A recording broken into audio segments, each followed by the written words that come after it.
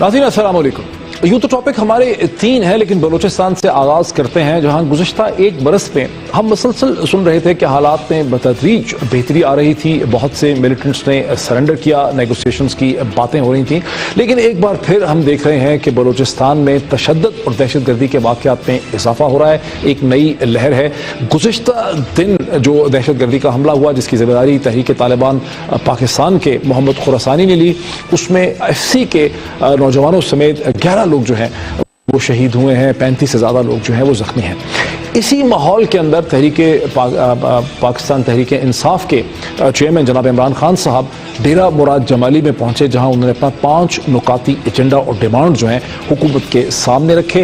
वो डिमांड्स क्या हैं, उसका एक जिस्ट मैं आपको सुनाता हूं। मैं 5 डिमांड्स दे रहा हूं नवाज शरीफ आपको।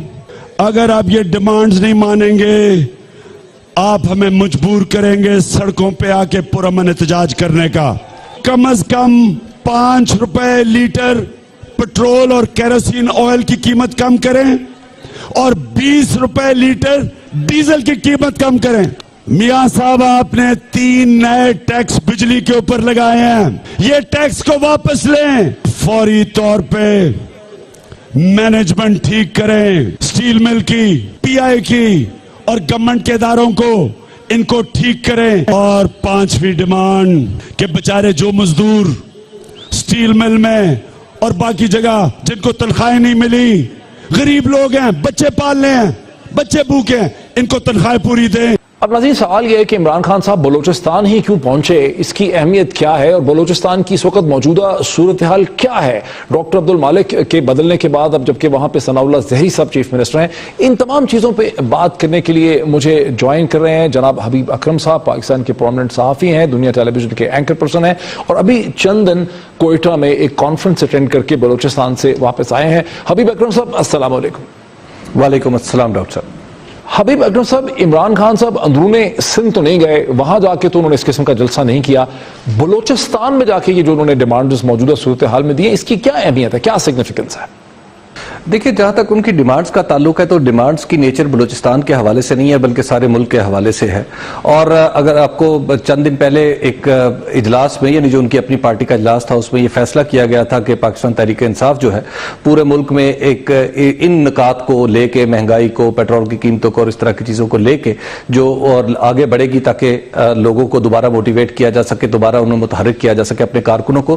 क्योंकि पिछले कुछ अरसे से हम देख रहे थे कि तहरीक इंसाफ जनरली एक डोरमेंट मोड में चली गई थी और कहा जा रहा था कि जनाब वो इलेक्शन में बिजी हो जाएगी और पार्टी के जो कारकुन है वो कुछ बददिल होते चले जा रहे हैं। तो इस तासुर को रफा करने के लिए उन्होंने इस तरह की एक्टिविटीज, आप देखें कि कराची में भी, अगरचे वो बड़ी कमजोर एक्टिविटी थी, लेकिन कराची में भी उन्होंने की, लाहौर में भी उन्होंने कोशिश की, पेशावर में भी कोशिश की। तो देखिए, खास तौर पर अगर आप डेरा मुराद जमाली की बात करें तो बिकॉज यहां पर एक जो यार मोहम्मद रिंद साहब हैं, जो उनकी पार्टी में हाल ही में शामिल हुए हैं और वो बलूचिस्तान के वो ऑर्गेनाइजर भी हैं, सदर भी उन्हें कहा जाता है। देखिए, जो बलूचिस्तान में जो इस इलाके की अहमियत है, यहां पे फिर यार मोहम्मद रिंद साहब का जो असर रसूख है, उस असर रसूख के नतीजे, और उनके अलावा यहां पर जो उनके शाह महमूद कुरैशी साहब हैं, उनकी पार्टी के आपको पता है कि बड़े अहम रुकन है, बल्कि रुकन रकीन है, तो उनकी जमात है गौसिया जमात, उनके भी बड़े असरात हैं। इसी तरह फिर जो डेरा मुराद जमाली है, ये सिंध के बिल्कुल करीब है, तो ये जो जलसा था, ये डेरा मुराद जमाली में यार मोहम्मद रिंद के असरात कि वो लोगों को अट्रैक्ट करने की सलाहियत रखते हैं। नंबर 2, गौसिया जमात के असरात के वहां पे शाह महमूद कुरैशी साहब की भी बात सुनी जाती है और उनके लोग भी वहां पे इकट्ठे हो गए।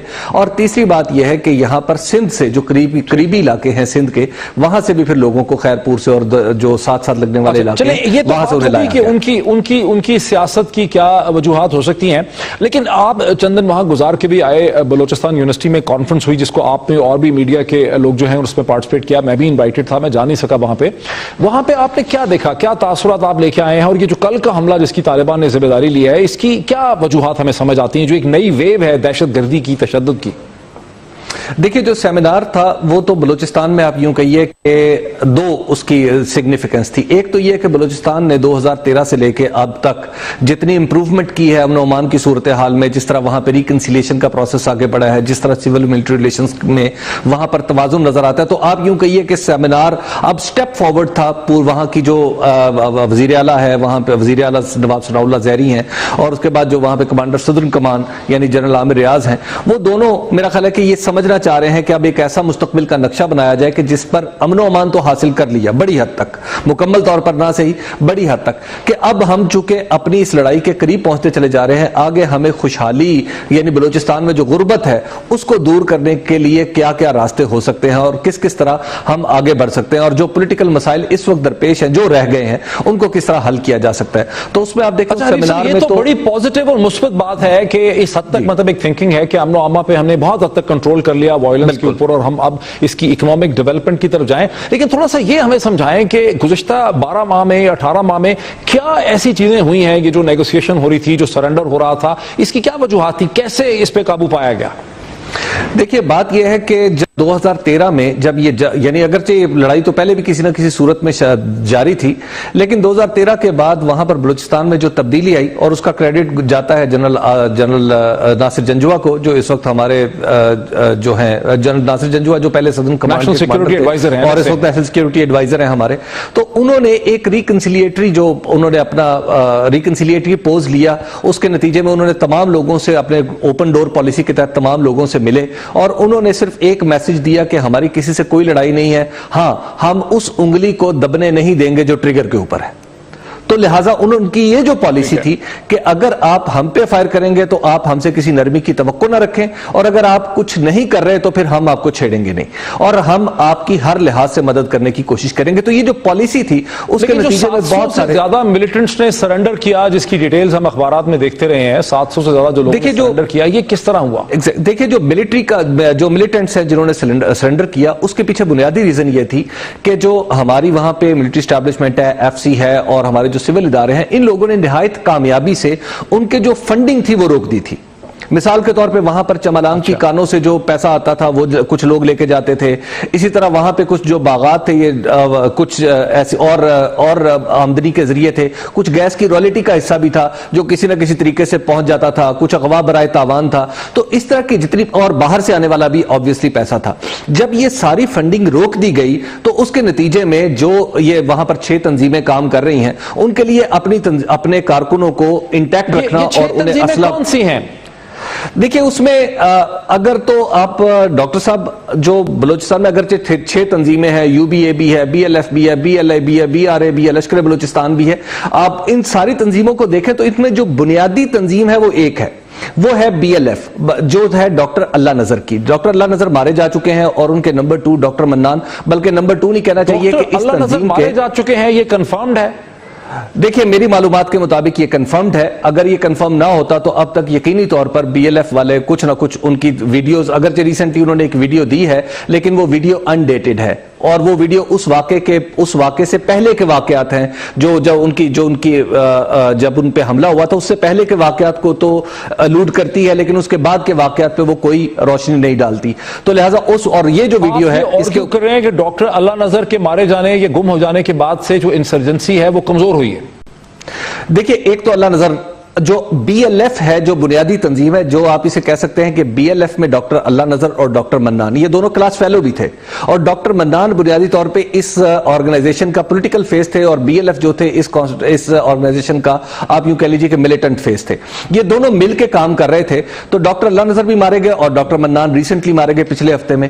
तो उन दोनों के मारे जाने की वजह से बीएलएफ जो है वो तो आप यूं कहिए कि बड़ी हद तक खत्म हो गई है। और बीएलएफ का जो एरिया ऑफ ऑपरेशन था वो था मकरान डिवीजन, यानी आप उसमें तुरबत थी, केच था, गवादर शहर था, ये सारे इनके एरिया समझे जाते थे। अब सूरत हाल ये है कि और ये खुजदार तक भी इनके असरात अवारान तक भी आते थे। तो क्योंकि जो आपको याद होगा कि जब डॉक्टर अल्लाह नजर पे जो हमला हुआ था जिसके नतीजे में वो मारे गए थे, वो अवारान के करीब एक इलाका है मशके जहां पे ये हमला हुआ था। खैर एनीवेज, तो ये इनका इलाका था ऑपरेशन का।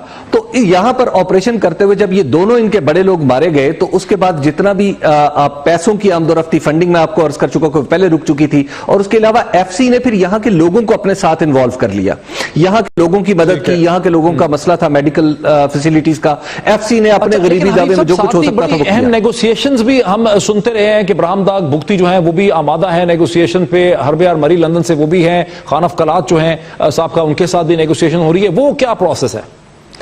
देखिए डॉक्टर साहब, जहां तक हरबियार मरी और बरामदाग बुगटी के साथ जो मुज़ाकरात की बात है, तो मैं आपको पूरे यकीन से और वसूख से बता सकता हूं कि मेरी मालूमात के मुताबिक वो चैप्टर क्लोज कर दिया गया है। इस वक्त हमारे वजीर आला जो नवाब सनाउल्लाह ज़हरी हैं, उनकी मेज पर एक फाइल पड़ी है जिसमें बरामदाग बुगटी की हेड मनी का डिसीजन हो चुका हुआ है। उसके ऊपर उस फाइल में हरबियार मरी का नाम है, जिसके ऊपर हेड मनी का डिसीजन हो चुका हुआ है। अब चीफ सेक्रेटरी से वो ओके होती हुई वजीर आला की टेबल पे है। वजीर आला चूंकि मुल्क में मौजूद नहीं थे, वो कुछ मसरूफ भी थे और कुछ बाहर भी चले गए थे, इस वजह से उस पर वजीर आला के साइन नहीं हो पाए अब तक। जैसे वो साइन होंगे, वो फाइल आपके सामने आ जाएगी, सब लोगों को पता चल जाएगा कि किसके ऊपर कितनी हेड मनी है। तो लिहाजा हम तो जो स्टेट अपरेटस है, उसने बरामदाग बुगटी को और हरबियार मरी को रिकंसिलिएशन की फहरिस्त से निकाल दिया है। अब जहां तक बात रह जाती है खानफ कलास की, तो इसकी क्या वजह है? पहले तो हम कोशिश कर रहे थे कि उनके साथ नेगोशिएशन करें, उन्होंने भी आमादगी का इजहार कर दिया। देखिए, वो आप इसको दो फेजेस में देखिए। एक सिचुएशन थी 2013 में जो हमारा जो पाकिस्तान का जो यानी आप पाकिस्तान के विफाक का तासुर बलूचिस्तान में और बलूचिस्तान के लोगों का रवैया पाकिस्तान के वफाक की तरफ, वो कुछ बहुत ज्यादा अच्छा नहीं था। जब डॉक्टर मालिक बलोच आए, डॉक्टर मालिक बलोच आपको पता है कि जितने भी सेपरेटिस्ट हैं, जितने भी बलोच नेशनलिस्ट हैं, वो इनके आप यूं कहिए कि इनके बाबा आदम है जो डॉक्टर साहब है। डॉक्टर मालिक साहब की जो सोच में तब्दीली आई, डॉक्टर मालिक साहब अब सब सामने खुल के कहते हैं कि देखिए, बलोच को अगर हकूक मिल सकते हैं तो 1973 के आइन के दायरे में रहते हुए मिल सकते हैं।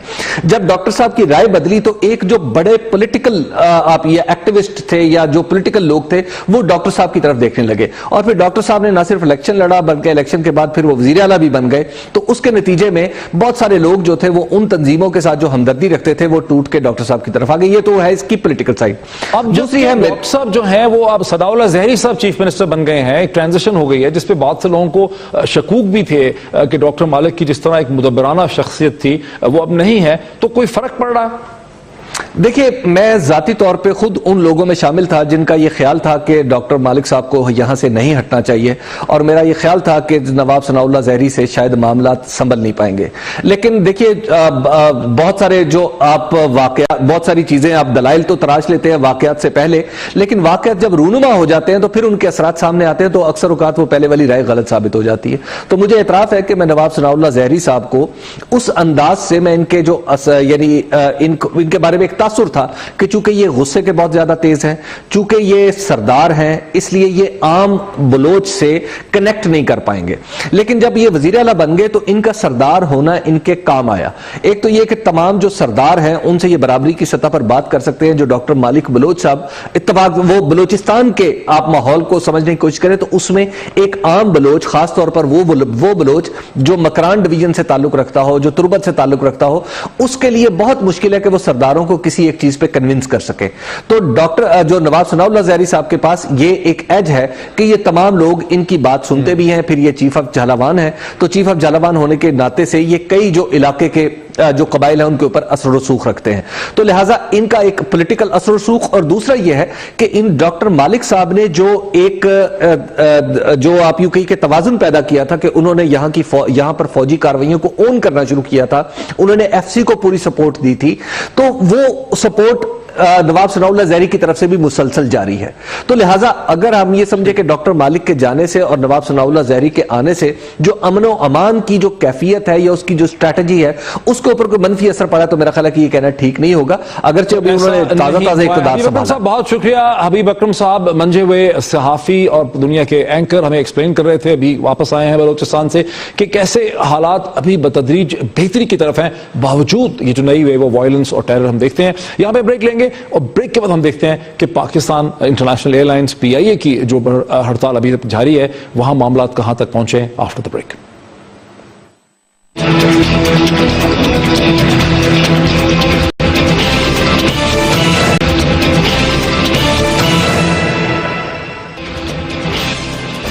नाज़रीन, वेलकम बैक। नाज़रीन, पीआईए के मुलाजिमीन की हड़ताल को यूं तो बाकायदा तौर पे कोई तकरीबन 13वां दिन है, लेकिन कराची एयरपोर्ट जनाह टर्मिनल के बाहर जो फायरिंग का इंसिडेंट हुआ जिसमें बदकिस्मती से हलाकतें हुई, उसके बाद ये छठा दिन है कि पीआईए के फ्लाइट ऑपरेशंस मुल्क भर में बल्कि दुनिया भर में तकरीबन सस्पेंडेड है।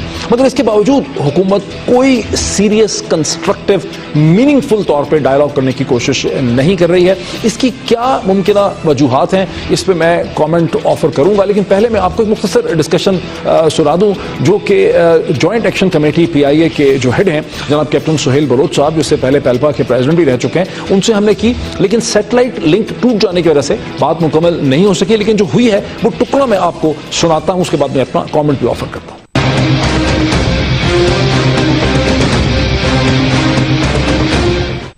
सुहेल बलोच साहब, अस्सलाम वालेकुम। वालेकुम अस्सलाम।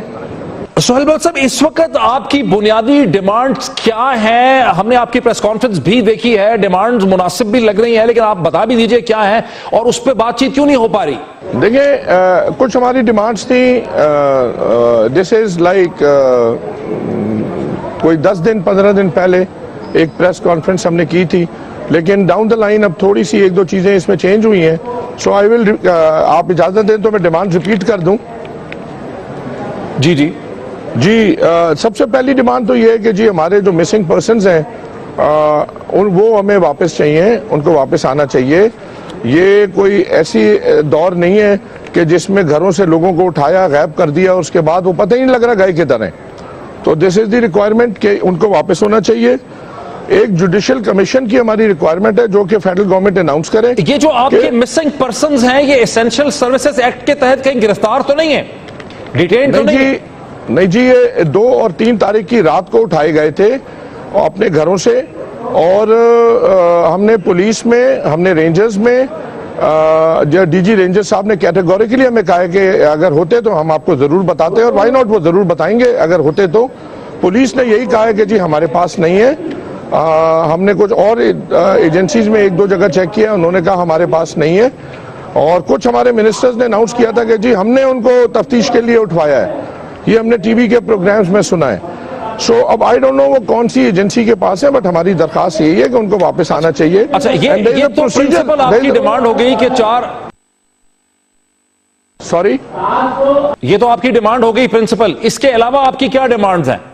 उसके अलावा हमने कहा जी ये जुडिशियल कमीशन कायम होना चाहिए, जो 2 तारीख को, 2 फरवरी को जो बेईमाना किस्म की किलिंग्स हुई हैं, जो हमारे 2 लोग शहीद हुए हैं, इतने लोग जख्मी हैं, 2 क्रिटिकल हैं, इनके ये उस दिन हुआ क्या और हु इज रिस्पॉन्सिबल, और जो रिस्पॉन्सिबल हो that culprit should be taken to task.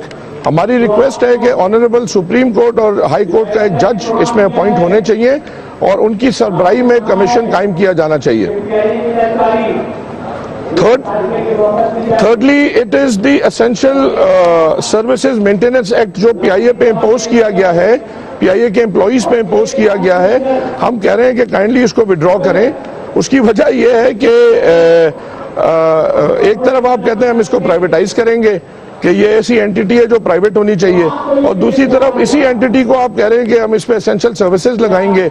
So this is a big contrast in the mindset of people who are sitting and who are taking such decisions. अच्छा सुहेल साहब, आपकी जो चौथी demand है कि हुकूमत 1 साल की मोहलत दे और इस 1 साल की मोहलत में एक रिवाइवल प्लान जो है वो सामने लाया जा सकता है। अवाम की 60% हमने देखा है सर्वेज में, पाकिस्तान के 60% अवाम जो है वो ये समझते हैं कि पीआईए के जिस तरह के हालात हैं, जिस किस्म की यूनियन बाजी है, जैसी गवर्नमेंट की इसमें इंटरफेरेंस है, तो बगैर प्राइवेटाइजेशन के ये इदारा जो है ये सुधर नहीं सकता। तो क्या रिवाइवल प्लान हो सकता है जो आप हुकूमत के सामने लाना चाहते हैं? देखिए, एक तो मैं आपको बात बड़ी क्लियर कर दूं कि जो भी साहब आएंगे, जो स्ट्रेटेजिक पार्टनर बनने आ रहे हैं, जो मैनेजमेंट लेंगे, सो आप काइंडली ये समझें कि वो उनको इसमें कोई प्रॉफिट, कोई बेहतरी नजर आ रही है जब तो वो आ रहे हैं, वरना तो वो आते नहीं। एक तो बात ये हो गई। इसका मतलब एयरलाइन में और एविएशन इन पाकिस्तान में बहुत सारा पोटेंशियल है। So my request to you is कि हमारे पास पोटेंशियल है, रिवाइवल प्लान है। जिस तरह साद रफीक साहब को रेलवे दी गई है, मैं कहता हूं उनको पीआईए भी दे दें। And he is a capable man as far as the PIA employees are concern. जो एक कॉन्सेंसस है पीआईए में लोगों का जॉइंट एक्शन कमेटी में, एंड आई एम श्योर आप उनको फ्री हैंड दें, 2 साल नहीं 1 साल दें, आप देखें ट्रेंड पॉजिटिव हो जाएगा, चीजें बेहतर होने लग जाएंगी और ये असासा जो है ये पाकिस्तान में ही रहेगा, पाकिस्तान के साथ रहेगा। पाकिस्तान का परचम है, इस परचम को बेच नहीं सकते हम लोग। नाज़रीन, कैप्टन सुहेल बलोच के साथ जो बातचीत हुई, जो उनके आर्गुमेंट्स हैं वो आपने देखे। आपने देखा कि पीएम जो पीआईए के एम्प्लॉइज हैं उनकी डिमांड्स भी खासी मुनासिब हैं, खास करके जब ये कहा जाता है कि 1 साल दिया जाए पीआईए को रिवाइव करने के लिए, नेशनल कैरियर है, ये एक्सपेरिमेंट करना चाहिए। फिर ये कहना कि ख्वाजा साद रफीक साहब जो कि ट्रस्टेड लिeutenant हैं, कैबिनेट मिनिस्टर हैं जनाब नवाज शरीफ साहब के साथ, उनको लगाया जाए पीआईए के रिवाइवल प्रोजेक्ट में, जिस तरह से उन्होंने रेलवेज को टर्न अराउंड किया, तो ये बात खासी मुनासिब लगती है। इसके साथ ही जब हम देखते हैं कि पीआईए के जो 3-4 जो उनके एम्प्लॉइज हैं जो गुम हैं, और सर्कमस्टेंशियल एविडेंस यही पॉइंट आउट करती है कि उनको हुकूमती इदारों ने उठा रखा है, उस पर कोई पेशरफ नहीं हो पा रही है। फिर हम देखते हैं जो हलाकतें हुई हैं उसके बारे में भी कोई ट्रांसपेरेंसी, कोई इन्वेस्टिगेशन, कोई इंक्वायरी हमारे सामने नहीं आ पा रही कि कराची एयरपोर्ट के बाहर ये फायरिंग का इंसिडेंट क्या है। इन तमाम चीज़ों को जब हम देखते हैं तो हमें समझ आती है कि हुकूमत पीआईए के एम्प्लॉइज के साथ किसी किस्म की मीनिंगफुल नेगोशिएशन जो है, कंस्ट्रक्टिव डायलॉग नहीं करना चाहती। सवाल ये पैदा होता है कि क्यों नहीं करना चाहती। इसकी कम से कम 3 वजूहात समझ आती हैं। एक तो यह है कि हुकूमत नवाज शरीफ साहब की अपने आप को एक मजबूत हुकूमत के तौर पे देखती है भी एक मजबूत हुकूमत, और वो ये नहीं चाहते कि एक पीआईए की एम्प्लॉइज यूनियन के हाथों वो ब्लैकमेल हों, ये दुनिया देखे कि वो ब्लैकमेल हो रहे हैं। खास करके जब पाकिस्तान तहरीक इंसाफ, पीपल्स पार्टी और एमक्यूएम जो है वो यूनियन के साथ खड़े हैं और हुकूमत को महसूस होता है कि अगर अभी कमजोरी दिखाई तो शायद आगे भी बहुत से कॉम्प्रोमाइज़ करने पड़ेंगे। लेकिन ये भी असल वजह नहीं है। असल वजह, सारे सर्कमस्टेंसेस को देख के जो असल वजह समझ आती है वो ये है कि नवाज शरीफ साहब की हुकूमत ने बहुत पहले पीआईए को प्राइवेटाइज करने का एक स्ट्रेटेजिक पार्टनर के जरिए प्लान बना लिया है, एक माइंड बना लिया है। और वो स्ट्रेटेजिक पार्टनर जिसको डिस्क्लोज नहीं किया गया, वो जरूरी नहीं कि पाकिस्तानी हो, वो कोई इंटरनेशनल इदारा भी हो सकता है, वो स्ट्रेटेजिक पार्टनर एग्जिस्ट करता है। यही वजह है कि बहुत पहले आईएमएफ को बड़े प्रीमेच्योर लेवल पे बहुत जल्दी से आईएमएफ को कमिटमेंट्स दे दी गई। आईएमएफ की कमिटमेंट्स को भी एज एन एक्सक्यूज यूज किया गया है, और गुज़िश्ता 2.5 बरस में कोई सीरियस, कोई कंस्ट्रक्टिव, कोई मीनिंगफुल जो जेन्युइन एफर्ट होती है पीआईए को रिवाइव करने की, रीस्ट्रक्चर करने की, उसके हालात बेहतर करने की नहीं की गई। और एक तासुर यही रहा है कि जो कुछ भी किया जा रहा है वो महज एक ड्रामा और डांस है, ताकि पीआईए को उस स्टेज पे लाया जा सके जहां उसको इफेक्टिवली तौर पे प्राइवेटाइज जो है वो किया जा सके। हुकूमत का ये दावा कि उनको पीआईए ब्लीड कर रही है, उनका खर्चा बहुत हो रहा है, ये भी कन्विंसिंग नहीं है। जैसे पाकिस्तान के प्रोमिनेंट कॉलमनिस्ट सिरिल अलमीडा जो डॉन में लिखते हैं, उन्होंने इस हफ्ते अपने पीस में इट्स नॉट अबाउट पीआईए में बड़े वाज़ेह तौर पे इशारा किया कि एक ऐसी हुकूमत जो मुख्तलिफ प्रोजेक्ट्स के ऊपर अरबों रुपए खर्च कर रही है, इस्लामाबाद का मेट्रो प्रोजेक्ट, लाहौर का मेट्रो प्रोजेक्ट, मुल्तान का मेट्रो प्रोजेक्ट, लाहौर में बनाई जाने वाली तकरीबन 170-200 अरब रुपए का ऑरेंज लाइन का प्रोजेक्ट, और फिर जो पावर प्रोजेक्ट्स जो हैं जैसे नंदीपुर पावर प्रोजेक्ट है, कायद-ए-आज़म सोलर प्रोजेक्ट है, और फिर सबसे बढ़ के लाहौर कराची मोटरवे प्रोजेक्ट जिसमें 600 अरब रुपए से ज़्यादा जिसकी कॉस्ट जो है वो हो सकती है। तो ऐसी हुकूमत का मसला पीआईए के 14-15 अरब रुपए साल की सब्सिडी नहीं है, खास करके एक ऐसे मौके पे जबकि इंटरनेशनल ऑयल प्राइसेस जो हैं वो नोज ड्राइव करके $20 पर बैरल से भी नीचे की तरफ जा रही हैं। तो असल मसला यही है कि हुकूमत ने प्राइवेटाइजेशन का एक माइंड बना लिया है, हुकूमत उससे पीछे नहीं हटना चाहती, हुकूमत किसी किस्म का ट्रायल और एक्सपेरिमेंट जो है वो नहीं करना चाहती है, और इस बड़ी स्ट्रांगली इस पूरे इशू को डील कर रही है। लेकिन मसला सिर्फ पीआईए का नहीं है, हुकूमत का ये जो अंदाजे हुकूमत है ये बड़ा खतरनाक है। बिकॉज एक जमहूरी हुकूमत और जमहूरियत की डेफिनेशन ये होती है कि आप डेमोक्रेसी में बातचीत करते हैं, डायलॉग करते हैं, डिस्कशन करते हैं, डिबेट करते हैं, तमाम लोगों को लेकर चलते हैं, कंसेंसस पैदा करते हैं, उसी के जरिए माशरे और डेमोक्रेटिक इंस्टीट्यूशन जो हैं वो मजबूत होते हैं। तो पीआईए की इस अफेयर ने एक बार फिर ये दिखाया कि पाकिस्तान का मिजाज जो है वो बिल्कुल जमहूरी नहीं है, यहाँ ताकत का मिजाज है, हुकूमत ताकत का मुजाहरा कर रही है, जमहूरी अंदाज से इस मसले को रिजॉल्व नहीं करना चाह रही है। एक ब्रेक लेते हैं और ब्रेक के बाद देखते हैं कि लाल मस्जिद के साबिक़ा खतीब जनाब मौलाना अब्दुल अजीज़ और सिविल सोसाइटी के एक्टिविस्ट जबरान नासिर के दरमियान जो 1 साल से चपकलिश चल रही है वो एक इंतहाई दिलचस्प पैराहे में दाखिल हो गई है। वो क्या है, आफ्टर द ब्रेक।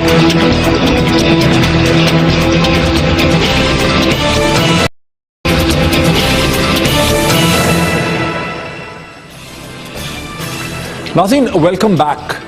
नाज़रीन, गुज़िश्ता एक बरस से लाल मस्जिद के साबका खतीब जनाब मौलाना अब्दुल अजीज और सिविल सोसाइटी के प्रोमिनेंट एक्टिविस्ट जिब्रान नासिर और उनके साथियों के दरमियान एक झगड़ा, एक चपकलश जो है वो मसलसल अखबारात की जीनत बन रही है। ये झगड़ा उस वक्त शुरू हुआ जब 19 दिसंबर 2014 को आर्मी पब्लिक स्कूल पे हमले के बाद एक FIR दर्ज करवाई जिब्रान नासिर और उनके साथियों ने, जिसमें यह कहा गया कि मौलाना अब्दुल अजीज ने उन्हें धमकी दी है। मौलाना अब्दुल अजीज का मौक़िफ़ यह था कि FIR गलत बयानी पे मबनी है, उन्होंने उसके खिलाफ कोई प्री अरेस्ट बेल वारंट नहीं करवाई, जो अब से चंद दिन पहले इस हफ्ते उन्होंने वो बेल वारंट जो है वो करवा लिए हैं। तो हम एक दिलचस्प सूरत हाल ने उस वक्त भी लिया जब लाल मस्जिद और शोधा फाउंडेशन की तरफ से एक पैरेलल FIR दर्ज की गई कि जिब्रान नासिर और उनके साथी जो हैं वो लाल मस्जिद के खतीब मौलाना अब्दुल अजीज जो हैं उनको थ्रेट कर रहे हैं। माजरा क्या है, इसे कैसे रिजॉल्व किया जा सकता है, इस पर बात करने के लिए हमने दावत दी है प्रोमिनेंट सिविल सोसाइटी के एक्टिविस्ट जनाब जिब्रान नासिर साहब को, जो कराची से हमें ज्वाइन कर रहे हैं, और साथ ही हमें हाफिज एहतशाम अहमद जो तर्जुमान है शोधा फाउंडेशन के लाल मस्जिद के साथ, वो भी हमें हाफिज एहतशाम अहमद भी हमें ज्वाइन कर रहे हैं। Very warm welcome to both, to Jibran Nasir and Hafiz Ehtesham Ahmed. Jibran Nasir Sahab, आपने जो आपकी जो स्ट्रगल थी, आपकी स्ट्रगल और आपका गोल ये था कि मौलाना अजीज को कानून के ताबे किया जाए, वो अचीव हो गया है? Sir finally after a year वो जाके अचीव हुआ है और उसके अंदर काफ़ी जद्दोजहद लगी। पार्लियामेंटेरियंस को जाके एविडेंस प्रोवाइड करना, मीडिया के ऊपर जो इंटरव्यूज, जो सवालात का जवाब देना, कोर्ट्स के जाके चक्कर काटना, और उस दौरान जो सारी थ्रेट्स इनकी जानिब से आ रही थी। आपको भी याद होगा कि जब 19 दिसंबर को FIR कटी तो 22 दिसंबर को हमें एक तालिबान कमांडर का फ़ोन आया था इनकी क्या कहते हैं ईमा के ऊपर, जो आपने उस वक्त अपने प्रोग्राम में भी प्ले की थी। और उसके बाद मुसलसल जो है सिपा सहाबा अहले सुन्नत वल जमात जो एक कल अदम जमात है उनकी तरफ से भी थ्रेट्स का सिलसिला आता रहा। इस सबसे गुजरते हुए हम सिर्फ एक रिक्वेस्ट कर रहे थे कि अगर हमारा मुकदमा कमज़ोर है, अगर हमारा मुकदमा झूठा है, अगर हमारा मुकदमा गलत है, तो आप कोर्ट में आके अपना बयान दे दीजिए, अपना मौक़िफ़ दे दीजिए, कोर्ट डिसाइड कर लेगा। मगर ये कह देना कि मैं आइन को नहीं मानता, मैं अदालतों को नहीं मानता, मैं पाकिस्तान के निज़ाम को नहीं मानता, ना मैं अरेस्ट कराऊंगा ना मैं बेल कराऊंगा, और अगर मुझे अरेस्ट करने की कोशिश की गई तो हालात कहीं पहले से ज़्यादा ही ना ख़राब हो जाएं, इस तरह की वीडियोज़ बना के पैगामात देना, कौम को, हुकूमत को डराने की कोशिश करना, ये कहाँ का असूल है और ये खुद मुख्तार और एक सॉवरेन आज़ाद रियासत में कैसे हो सकता है? कैसे हो सकता है? जरा मेरे साथ रहिए। हाफिज साहब, आपका क्या मौकफ है कि मौलाना अब्दुल अजीज के खिलाफ अगर FIR हो गई और आप लोग समझते थे कि गलत बयानी पे है, तो फिर कम से कम आप बेल करवा लेते, और बेल आखिर आपने करवा ही ली। अच्छी बात है कि आपने करवा ली, कानून को और आइन को आपने माना, लेकिन क्या वजह है कि इस बात में एक बरस हो, एक माह लग गया? बहुत शुक्रिया जी। इसमें एक तो अर्ज है कि ये जो इन्होंने FIR करवाई 19 दिसंबर 2014 को, इस पे इन्होंने मौक़िफ़ इख्तियार किया कि मौलाना अब्दुल अजीज साहब ने उन्हें एक प्रेस रिलीज के जरिए और बाद पुलिस के आला अफसरान की मौजूदगी में कत्ल की धमकी दी। एक तो सवाल ये है कि उनके पास क्या वो प्रेस रिलीज आज तक ये सामने क्यों नहीं लाई जिसके जरिए इन्हें कत्ल की धमकी दी गई। दूसरा, इन्होंने जो अपनी FIR में मौक़िफ़ इख्तियार किया कि पुलिस के आला अफसरान की मौजूदगी में धमकी दी, तो वो जो उस वक्त पुलिस के SHO थाना पारा वहाँ मौजूद थे, उन्होंने ऑन रिकॉर्ड उनका बयान मौजूद है कि मौलाना अब्दुल अजीज साहब ने हमारे सामने किसी को कोई धमकी नहीं दी। फिर आगे चल के ये अपनी उसी FIR में लिखते हैं कि मौलाना अब्दुल अजीज की धमकी के मुतालिक वीडियो सोशल मीडिया पर मौजूद है। क्या किसी के खिलाफ जब कोई FIR दर्ज कराई जाती है तो ये कहा जाता है कि सोशल मीडिया पे मौजूद है, पुलिस वहां से ले ले? एक चीज अलबत्ता ताज्जुब की है जिसका मैं चाहूंगा आप बाद में जवाब दे दें कि FIR अगर गलत ही थी, झूठी थी, हकायक पे मबनी नहीं थी, तो उसे खारिज करने की कम से कम दरखास्त तो आपको देनी चाहिए थी। लेकिन जिब्रान नासिर साहब ये जो कहते हैं कि ना आपने प्रेस रिलीज सबमिट की पुलिस के सामने जिसको आपने बेसिस बनाया FIR का, ना आपने वो वीडियो या ऑडियो सबमिट की पुलिस के सामने। देखें जी, पहली बात मेरे ख्याल में उन्होंने FIR से पढ़ी नहीं है। FIR से सही सलूक शुरू हुआ है कि जब हम वहाँ पे 18 दिसंबर को पहुंचे तो अब्दुल अजीज साहब की ईमा के ऊपर असले से लेस अफराद बाहर निकले थे लाल मस्जिद के, और उन्होंने हमें धमकाया था। जिस SHO की बात कर रहे हैं वो बात सरे से गलत है, बिकॉज उस वक्त के SHO खालिद अवान साहब थे। जिस पुलिस अफसर का वो जिक्र कर रहे हैं वो SHO नहीं है, उनका नाम खालिद अवान है। और जिस पुलिस अफसर की ये बात कर रहे हैं वो पुलिस अफसर वो है जो हमारी FIR काट रहा था, और उस वक्त वक्त न्यूज के सामने उसने डर के बयान दिया। मुझे तो अब एक बात बताइए कि अगर उसी वक्त थाने में खड़ा हुआ पुलिस अफसर मीडिया के सामने ये बोल रहा है कि जी ऐसी कोई थ्रेट नहीं आई, तो वो उस वक्त SHO क्यों बता रहा है कि आप ये FIR ना काटो, ये गलत काटी जा रही है? फिर उसमें बिल्कुल प्रेस रिलीज का भी जिक्र है। मैं आपसे ये जानना चाहूंगा कि जब ये मैटर ट्रायल में जाएगा तो एविडेंस तो वहां जमा होगा ना। मुझे आप एक बात बताइए, आज तक हमसे इन्वेस्टिगेशन ऑफिसर ने पुलिस के क्यों राब्ता नहीं किया? मैं तो ये जानना चाहता हूं, पुलिस से भी मेरी हुकूमत से भी शिकायत है कि मेरे पास आज तक 8 लोगों ने वो FIR दर्ज कराई है, जिसमें एक सिटिंग सेनेटर भी है पाकिस्तान पीपल्स पार्टी की, सहर कामरान जिनका नाम है। 8 अफराद हैं, हम में से आज तक इन्वेस्टिगेशन ऑफिसर ने राब्ता नहीं किया कि आके इन्वेस्टिगेशन मुकम्मल कराई जाए। 512 का नामुकम्मल चलान चल रहा है, जिसके तहत उन्होंने बार बार बोला कि अब्दुल अजीज रूपोश हो चुके हैं, एब्सकॉन्ड कर रहे हैं, वारंट अरेस्ट कर रहे हैं। हमारे पास इन्वेस्टिगेशन ऑफिसर आएगा तब मैं जाके उनको सारा एविडेंस जमा कराऊंगा ना। अब तो आपने बेल ले ली है, लेकिन रिस्पॉन्ड नहीं किया आपने उसको, और वो जाहिर है ऐसा लगता है कि पुलिस और इंतजामिया खौफ रही है, डरती है आपसे। ये कुछ इस तरह का मामला लगता है? नहीं, बिल्कुल ऐसा नहीं है। ये जिस रोज FIR दर्ज हुई उसी रोज उस वक्त के SP थे रिजवान गोंदल साहब और SHO थाना अपारा, ये दोनों हजरात आए मौलाना अब्दुल अजीज साहब के पास। उन्होंने इनका बयान रिकॉर्ड किया। इनको पहले रोज ही इन्वेस्टिगेशन में शामिल कर लिया गया था। मौलाना अब्दुल अजीज साहब को उन्होंने अपना बयान पुलिस को रिकॉर्ड करा दिया था, और उसके बाद पुलिस की जिम्मेदारी थी कि जब FIR बेबुनियाद है तो वो उसे डिस्चार्ज करते। और जो जहाँ तक ये आपका सवाल है कि उन्होंने बेल क्यों नहीं कराई, तो जाहिर है उनका एक मौक़िफ़ था कि अदालत में फैक्ट्स को देखे बगैर और ये जाने बगैर कि क्या वो FIR में कोई सदाकत है या नहीं, हमारा मौक़िफ़ सुने बगैर हम नॉन अवेलेबल वारंट हमारे कर दिए। और दूसरा उनका खतरा ये था कि वो उनके लिए सिक्योरिटी वसाइल थे कोर्ट में पेश होने के लिए। तो वो जब इन्होंने ये दोनों खदशात उनके दूर किए सिक्योरिटी के जो थे, तो वो कोर्ट में अपेयर हो गए। अगर ये 1 साल पहले ही कर लेते तो वो 1 साल पहले अपेयर हो जाते। लेकिन हाफिज साहब, माना कि आप ये समझते थे, मौलाना समझते थे कि FIR गलत बुनियादों पे दर्ज हुई है, लेकिन मौलाना ने सारे टाइम पीरियड में कोई एप्लीकेशन जो है, हालांकि पिटिशंस आप लोग करते रहते हैं, कोई ऐसी एप्लीकेशन पुलिस के सामने या अदालत के सामने मूव नहीं की जिसमें ये कहा गया होता कि इस FIR को खारिज करें? मौलाना की तरफ से तो जैसे जिब्रान कह रहे हैं, एक जिद रही है कि मैं सबमिट नहीं करूंगा कोर्ट्स को, मैं पुलिस के सामने नहीं। कानूनी जो पोजीशन है उसकी वो ये थी कि जब इनके non available warrant police court की तरफ से हो गए जारी, तो उसके बाद पुलिस इस मामले में बेख्तियार हो गई थी और उन्हें दरखास्त देने का कोई फायदा नहीं था जब तक वो कोर्ट के सामने सरेंडर ना कर लेते। तो हम इसी का मुंतज़िर थे कि वो कोर्ट के सामने सरेंडर करें और उसके बाद फिर इस मामले को आगे लेके जाए। तो अब इंशाल्लाह उम्मीद है कि 25 तारीख से पहले हम ये दरखास्त दे देंगे FIR को डिस्चार्ज करने के लिए। और उम्मीद है कि सब एक सवाल आपसे और है कि एक कैपेसिटी भी होती है जो आपने दरखास्त दी है कि जिब्रान नासिर और दूसरे लोगों से खतरा है मौलाना अजीज को। देखिए, मौलाना अजीज और आप लोग तो हथियार बंद होते हैं, क्लैशन कोर्स कैरी की होती हैं। दूसरी तरफ तो वो लोग हैं जो जीन्स और पतलून में फिर रहे हैं, T-शर्ट में, वो कैसे? उनके पास तो कैपेसिटी नहीं आपको नुकसान पहुंचाने की। इसमें मैं ये अर्ज करूंगा कि जिब्रान नासिर साहब का ताल्लुक कराची से है। वो कराची से इस्लामाबाद आके लाल मस्जिद के सामने मुजाहरे करते हैं। आखिर इनके पीछे तो कोई कुव्वत है जो इनकी पुष्पनाई कर रही है। फिर दूसरा, जो इन्होंने ये FIR दर्ज कराई मौलाना अब्दुल अजीज साहब के खिलाफ बेबुनियाद है, लेकिन इनके तो एविडेंस हमारे पास मौजूद है इश्तियाल अंगेजी के, कत्ल की धमकियां देने के, जिससे हम सिर्फ इस वजह से खामोश थे कि हम इन्हें शोहरत नहीं दिलाना चाहते थे। ये तो चाहते हैं कि इन्हें किसी तरह शोहरत मिले, इनके खिलाफ कोई ऐसा इक़दाम हो जिससे ये शोहरत हासिल कर सके। जी जिब्रान नासिर साहब, आपने कत्ल की धमकियां दी मौलाना अब्दुल अजीज? पहली बात वीडियो मौजूद है, वीडियो पेश कर दूंगा। मैं जवाब दूं, जिस वीडियो का जिक्र कर रहे हैं आप एहतशाम साहब, वो वीडियो मैं कल सुबह ऑलरेडी मुईद साहब की टीम को फराहम कर चुका हूं। अब ये चलाएंगे ना चलाएंगे इनकी मर्जी है।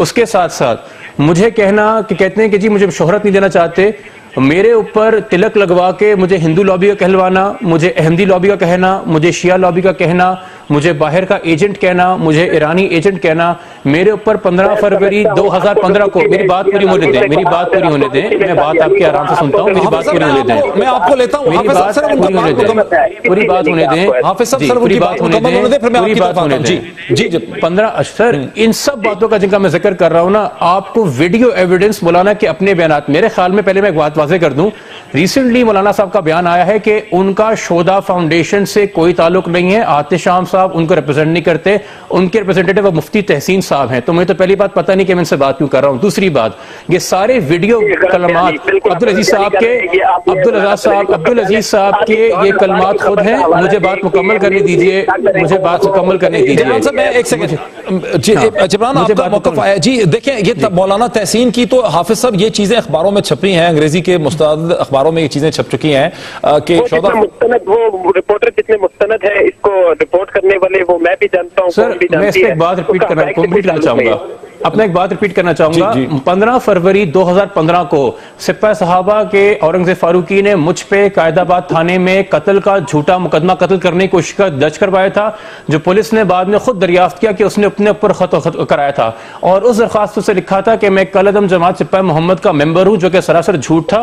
दूसरी बात यह है कि इस्लामाबाद से कराची जाना, कराची से इस्लामाबाद आना कोई 20 से 24 हजार रुपए का रिटर्न टिकट होता है और अगर हम वहां चली भी जाते हैं तो हमारे धरने जलसों में हजारों की तादाद में लोग नहीं आते, 300-400 लोग वो आते हैं जो किसी भी प्रेस क्लब के सामने प्रोटेस्ट में आके जमा हो जाते हैं। इन्होंने बारहा इनके पोर्टल से जो है वीडियोस बनती रही हैं, मौत की धमकी आती रही है। जो तमाम जो एलिगेशंस की आपसे मैं बात कर रहा हूं, ये खुद बैठ के खुतबों के अंदर जो लाल मस्जिद के पेज पे अपलोड होते रहे हैं, जिसमें खुद अब्दुल अजीज साहब वीडियो के सामने बैठे हैं, ये आप खुद जानते हैं कि वो ऐसे कलमात हैं जो कि आप टीवी पे नहीं चला सकते पैमरा की रेगुलेशंस की वजह से। और अब सिर्फ ये उस मुकदमे की बात नहीं रही, इस वक्त 5 केसेस पेंडिंग है कोर्ट में। 11 फरवरी को समाप्त है अब्दुल अजीज की उस बयान की जिसमें उन्होंने फिक्के वारियत की नफरतें फैलाई। 12 फरवरी को दाइश वाले मामले की समाप्त है। जरा वाइंड अप करने दीजिए जी, मुझे इसको वाइंड अप करने दीजिए। हाफिज साहब, एक मुल्क में, एक रियासत में, एक मुस्लिम रियासत में हम सब रहते हैं, सब मुसलमान हैं, सब अल्लाह को मानते हैं, एक रसूल को मानते हैं, गलतियां, झगड़े और चपकलिशें हो जाती हैं। इसका हल क्या है? कैसे वक्त पे जबकि मौलाना अजीज जो है वो खुद कह चुके हैं कि वो जनरल मुशर्रफ को भी माफ करना चाहते हैं, उस पर भी एक झगड़ा चल रहा है, वो कहते हैं मैं जनरल मुशर्रफ को भी माफ करना चाहता हूं। और मैं आपको याद कराऊंगा कि मैंने उनका एक इंटरव्यू किया था एक्सप्रेस टेलीविजन के लिए आज से 1-1.5 बरस पहले, उसमें भी उन्होंने कहा था कि मेरा जाती तौर पर जनरल मुशर्रफ के खिलाफ मेरे दिल में कोई गुस्सा नहीं है, कुदरत नहीं है, बहुत कुछ हो चुका है उनके साथ, मैं उनको शायद माफ कर दूं। तो वो भी अब तो ऐसे मौके पे अब इस चीज को खत्म करने का क्या तरीका है? मैं यहाँ पे जरूर ये कहूंगा कि मौलाना अब्दुल अजीज साहब परवेज मुशर्रफ को माफ कर रहे हैं, जिससे हमें शोधा के वरसा को शदीद इख्तिलाफ है। अगर वो परवेज मुशर्रफ को माफ कर सकते हैं तो जिब्रान नासिर को भी माफ किया जा सकता है, जिब्रान नासिर भी मौलाना अब्दुल अजीज साहब को कर सकते हैं। अगर मौलाना अब्दुल अजीज साहब मुल्क की मफाद में परवेज मुशर्रफ को माफ कर रहे हैं, जिसकी मैं मजम्मत करता हूँ, मैं उसके हक में नहीं हूँ और हमारा मौक़िफ़ इंशाअल्लाह कल उस पर आएगा, तो मैं दोनों हजरात से यही गुजारिश करूंगा कि इस इंतशार को खत्म करें, दोनों मिल बैठे और इस मामले को खत्म करें, करना चाहिए। बहुत बहुत शुक्रिया जनाब हाफिज एहतशाम अहमद और जिब्रान नासिर इस डिस्कशन में शामिल थे। अगर हम कोशिश करेंगे कि फिर भी बात हो सके, वक्त की कमी है। आज इतना ही, अगले हफ्ते आपसे मुलाकात होती है। बहुत शुक्रिया।